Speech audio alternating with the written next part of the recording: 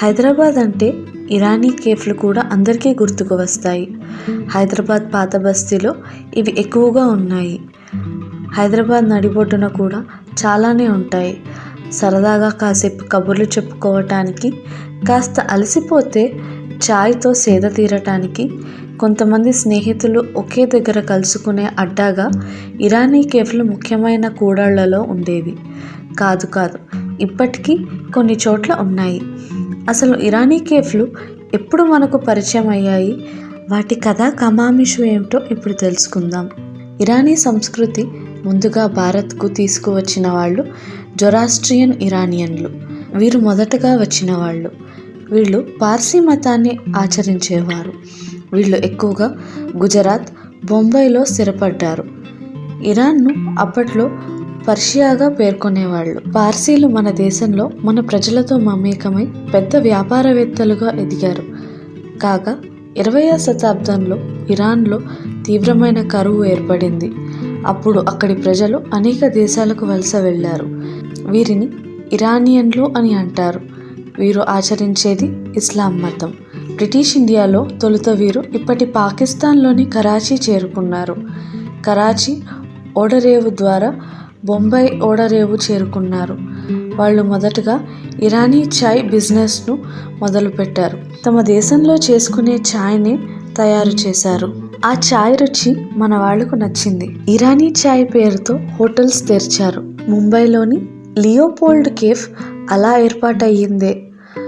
ఇరానియన్లు ముంబై నుంచి పూణే వెళ్ళి అక్కడ వ్యాపార విస్తరణ చేశారు.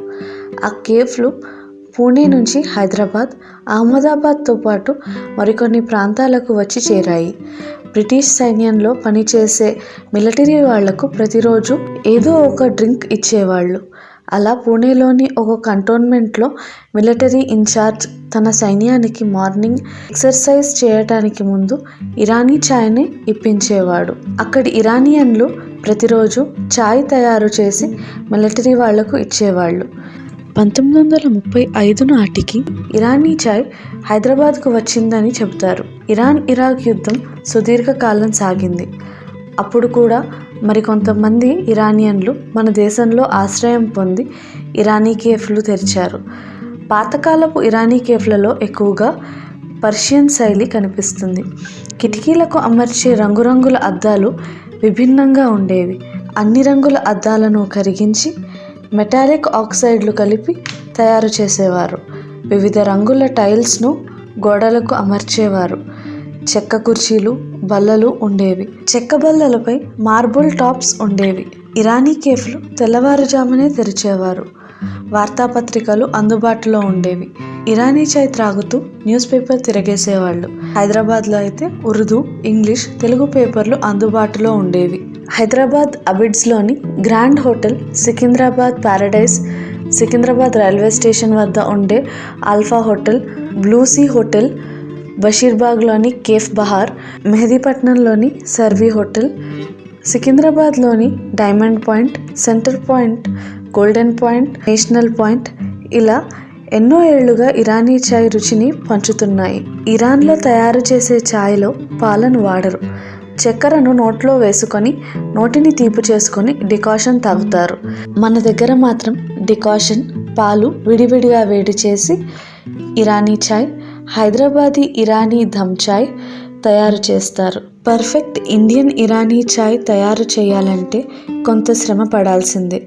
ఇరానీ చాయ్ తయారు చేయటానికి మందంగా ఉన్న రాగి లేదా ఇత్తడి గిన్నెలో నీళ్లు పోసి కొద్దిసేపు వేడి చేయాలి. అందులో టీ పొడి, చక్కెర వేసి 40 నిమిషాల వరకు మరిగించాలి. డికాషన్ ఆవిరి బయటకు పోకుండా గట్టిగా మూత పెట్టాలి.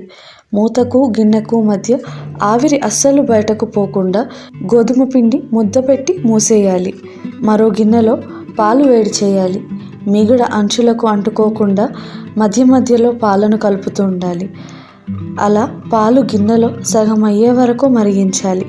ఒక కప్పులో సగం డికాషన్, మరో సగం పాలు కలిపితే ఇరానీ చాయ్ రెడీ. ఈ వీడియో మీకు నచ్చితే లైక్ చేయండి, షేర్ చేయండి. ఇంకా మరిన్ని ఆసక్తికరమైన వీడియోల కోసం మా ఛానల్ను సబ్స్క్రైబ్ చేయండి.